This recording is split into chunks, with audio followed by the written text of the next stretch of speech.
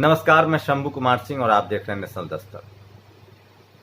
अब भी इस देश के बहुजन समाज को समझना चाहिए। सबसे बड़ी बात सोचिए, मैं उस दौर में पैदा नहीं हुआ जब अखबार और टेलीविज़न के बगैर काम नहीं चलता था। मैं जब से कम्युनिकेशन के क्षेत्र में आया 2006 से, तब से सोशल मीडिया है। तब ऑरकुट होता था, फिर गूगल आया, फिर उसके बाद ब्लॉग लिखने के पोजीशन में आया और हम लोगों ने वहीं से मीडिया सीखी और पत्रकारिता सीखी। कल शांति स्वरूप बौद्ध जी का परिनिर्वाण होता है, कोरोना के वो जंग हार जाते हैं और पूरा सोशल मीडिया जो है वो पटा हुआ है। फेसबुक, ट्विटर, करोड़ों लोग, करोड़ों बहुजन समाज के लोग जो हैं उनको याद कर रहे हैं, श्रद्धांजलि दे रहे हैं। वो क्यों महत्वपूर्ण थे इस देश में? सोचिए, जिस बुद्ध साहित्य को जला दिया गया, जिस तक्षशिला, नालंदा जैसे विश्वविद्यालयों को जला दिया गया, जो विश्व का ज्ञान का केंद्र था, जहां फायान और हेनसांग जैसे लोग आए और जिसने दुनिया को ज्यामिति हो, साइंस विज्ञान हो, तर्कशास्त्र हो, विज्ञान तर्कशास्त्र की जिसने पढ़ाई कराई, लेकिन उस साहित्य को जला दिया गया। कहते हैं कि पुष्यमित्र शुंग जब राजा बनते हैं तो उन्होंने मौर्य वंश की समाप्ति और सम्राट अशोक के तमाम जो प्रतीक थे उनको मिटाने की कोशिश की और एक लंबी परत चली। उसके बाद इस देश में बहुत सारी सत्ता में चीज़ें आई, बहुत सारे लोग शासन में आए और चीज़ें अपने हिसाब से करते गए। उसके बाद मुगल आए, उसके बाद अंग्रेज आए और अंग्रेज जब आते हैं उसके बाद से ईमानदारी से इतिहास पर फिर काम होता है और बाबा साहब अम्बेडकर जैसे विभूतियाँ होती हैं, फूले पेरियार जैसे विभूतियाँ होती हैं, उस पर काम करते हैं। उसके बाद देश आज़ाद हो जाता है, बाबा साहब का 1956 में परिनिर्वाण हो जाता है। उसके बाद एक लंबा गैप होता है बहुजन आंदोलन में, लेकिन उस दौरान लोग अपने तरीके से कोशिश करते रहते हैं। बाबा साहब 3-3 अखबार निकालते हैं, मुकनायक हो या प्रबुद्ध भारत हो, ऐसे तमाम अखबारें निकालते हैं, लेकिन आर्थिक वजह से वो उसको कंटिन्यू नहीं कर पाते हैं। और लगभग बहुजन जो साहित्य है, SC, ST, OBC माइनॉरिटी, जो आज़ादी के बाद जो कॉन्स्टिट्यूशनल टर्म्स है हमारे संविधान में, उनके लगभग उनका इतिहास, उनकी पहचान, उनकी खुशियाँ, उनकी तकलीफ़ें, उनकी सफलता मिटा दी जाती है। इस देश में जानबूझकर इस तरह की जो मनुवादी, ब्राह्मणवादी, जातिवादी लोग हैं, वो तमाम बहुजन आंदोलन को, चाहे वो रामस्वरूप वर्मा हो, चाहे जगदेव प्रसाद हो, चाहे कबीर हो, रविदास हो, फूले हो, पेरियार हो, अम्बेडकर हो, साहू जी महाराज हो, शिवाजी महाराज हो, इन सबको मटियामेट किया जाता है, पेरियार को मटियामेट किया जाता है। उसके बाद बहुजन समाज के लोग इक्का दुक्का हैं जो किताबों में लिखते हैं, लेकिन वो समाज, वो तबका जिसको पढ़ाई लिखाई और आर्थिक वजह से कमजोर कर दिया गया, वो इसको कैसे जानता? उसी दौर में कुछ राजनीतिक बदलाव आता है, मान्यवर कांसी राम साहब आते हैं, कुछ लालू यादव आते हैं, करुणानिधि जैसे लोग आते हैं, लेकिन साहित्य के क्षेत्र पर काम बहुत कम होता है। उसी दौर में शांति स्वरूप बौद्ध आते हैं, जिन पर बाबा साहब का प्रभाव था और वो नौकरी छोड़ने का फैसला लेते हैं। जिस समय बहुजन समाज गरीबी लाचारी में था, नौकरी उनके लिए प्राथमिकता थी, आरक्षण के बाद उनकी भागीदारी तय हो रही थी, उसी समय शांति स्वरूप बौद्ध जी जो हैं वो एक बड़ी जिम्मेदारी लेते हैं और वो साहित्य के जरिए समाज को जागरूक करने की कोशिश करते हैं और सम्यक प्रकाशन की स्थापना करते हैं। और उसके बाद उसी दौर में सोशल मीडिया आता है। मैं ये बात इसलिए आज आपसे बात कर रहा हूं कि लोग कहते हैं कि ट्विटर, व्हाट्सएप, फेसबुक और से क्या होगा। आप सोचिए, कम से कम 25 करोड़ लोगों ने शांति स्वरूप बौद्ध जी को याद किया है सोशल मीडिया, ट्विटर और तमाम माध्यमों पर देख लेता हूं, लेकिन इस देश का टेलीविजन, अखबार में कहीं चर्चा नहीं। अखिलेश यादव ने बोला है, लेकिन थोड़ी सी हमें निराशा अपने नेताओं से भी है कि इतने बड़े साहित्यकार, इतने बड़े लेखक, इतने बड़े बुद्धिजीवी, इतने बड़े समाज सेवी, काश अगर किसी और जाति में होते तो आज इनका डंका बज रहा था दुनिया में और चैनल में, अखबारों में बड़े बड़े पन्ने भरे होते और इस देश के प्रधानमंत्री, राष्ट्रपति, तमाम लोग श्रद्धांजलि दे रहे होते। लेकिन एक बात से मुझे खुशी है कि बहुजन समाज अपने समाज के साथ खड़ा है।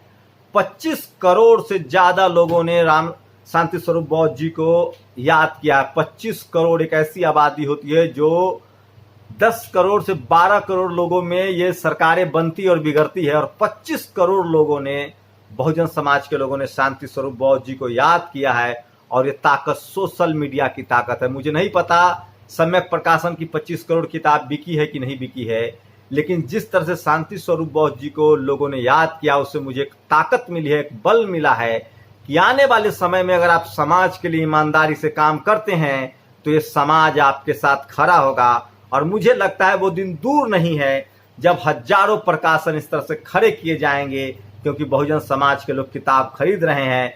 और बहुजन सम्यक प्रकाशन जो है वो सिर्फ और सिर्फ आपके किताब खरीदने से, कैलेंडर खरीदने से चला।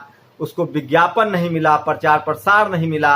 और वो तकलीफें मैं देखी है मैंने, कैसे देश भर के पुस्तक मेला में वो जाके टेंट लगाते थे, कैसे मैंने उनका 2-3 इंटरव्यू किया है नेशनल दस्तक पर, मैं उनके घर गया हूँ, कैसे उन्होंने घर को पुस्तकालय से लेकर और प्रिंटिंग प्रेस में तब्दील कर दिया, कोई बड़ा दफ्तर नहीं था।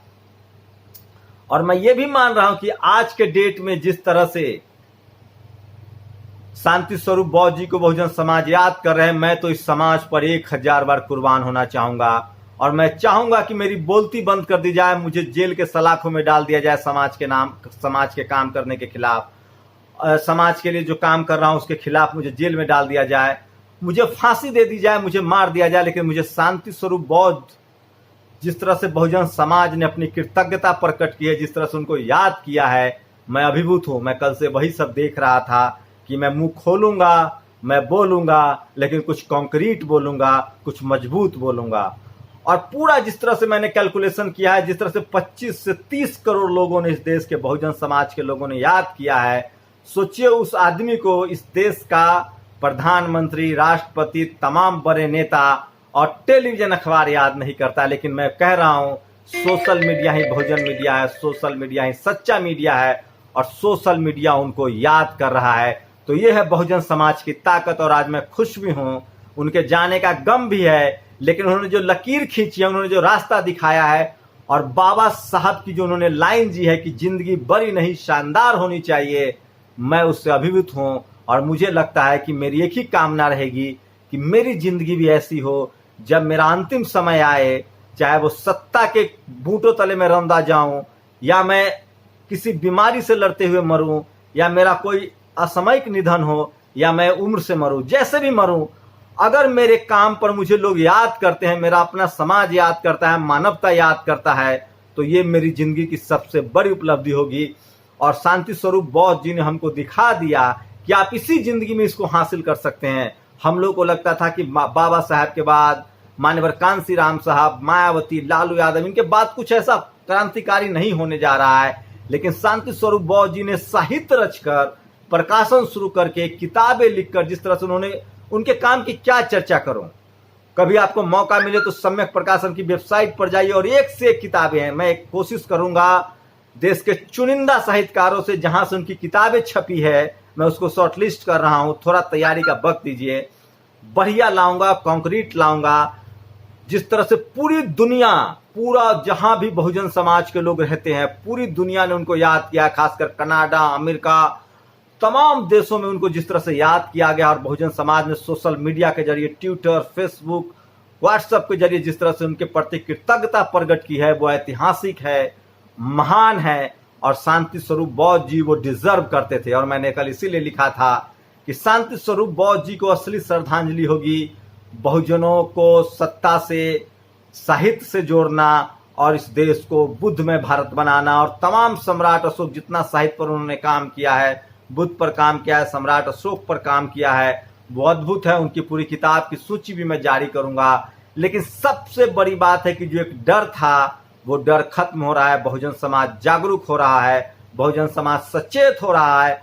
और जिस तरह से बहुजन समाज ने शांति स्वरूप बौद्ध जी को याद किया है, नमन किया है, वो अद्भुत है, अकल्पनीय है। और अब मुझे भरोसा हो गया है कि हमें किसी टीवी और अखबार की जरूरत नहीं है। आज हमारा समाज, आज बहुजन समाज, वो समाज जिसके साथ छल, प्रपंच, साजिश हुई है, वो अपने अधिकारों को जानने लगा है, सजग है, और वो सोशल मीडिया के माध्यम से अपने आप को जागरूक कर रहा है। बाबा साहब की एक लाइन से खत्म करूंगा। बाबा साहब ने कहा था कि मीडिया में वो ताकत होती है कि वो किसी को एक दिन में महान बना दे। सोशल मीडिया ने अपने समाज के उस यशस्वी, उस साहित्य सृजक, उस बुद्धिस्ट को, उस बुद्ध के मानवतावादी इंसान को, शांति स्वरूप बौद्ध जी को अमर कर दिया है। और वो सिर्फ और सिर्फ सोशल मीडिया से हुआ है। नहीं तो हमारे न जाने लाखों करोड़ों लोग अपने आंदोलन में गुम हो जाते हैं, और हम उनको जान भी नहीं पाते हैं, क्योंकि हमारे बीच कोई बताने वाला नहीं है।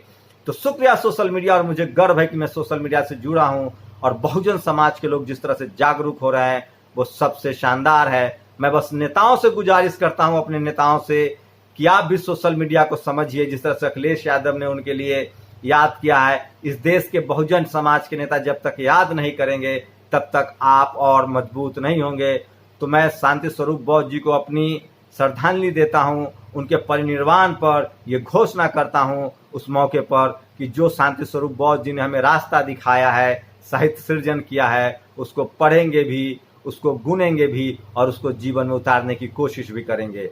आप लोग की क्या प्रतिक्रिया है? शांति स्वरूप बौद्ध किसी किताब, किसी अखबार और किसी टीवी के मोहताज नहीं रहेंगे। उन्होंने जो काम किया है वो अमर हैं, अमर रहेंगे और 25 से 30 करोड़ लोगों ने उनको श्रद्धांजलि दी है। ये बहुजन समाज को एकजुट होने की और सोशल मीडिया पर उसकी ताकत को दिखाता है। आप लोग अपनी प्रतिक्रिया जरूर दीजिए। शुक्रिया। नेशनल दस्तक की आपसे गुजारिश है कि अगर इसको बचाना चाहते हैं तो नेशनल दस्तक को सब्सक्राइब करने के लिए रेड कलर के सब्सक्राइब बटन को दबाएं, फिर बेल आइकन की घंटी दबाएं। नेशनल दस्तक को बचाने के लिए बहुत जरूरी है कि हर खबर को शेयर करें, लाइक करें, कमेंट जरूर करें।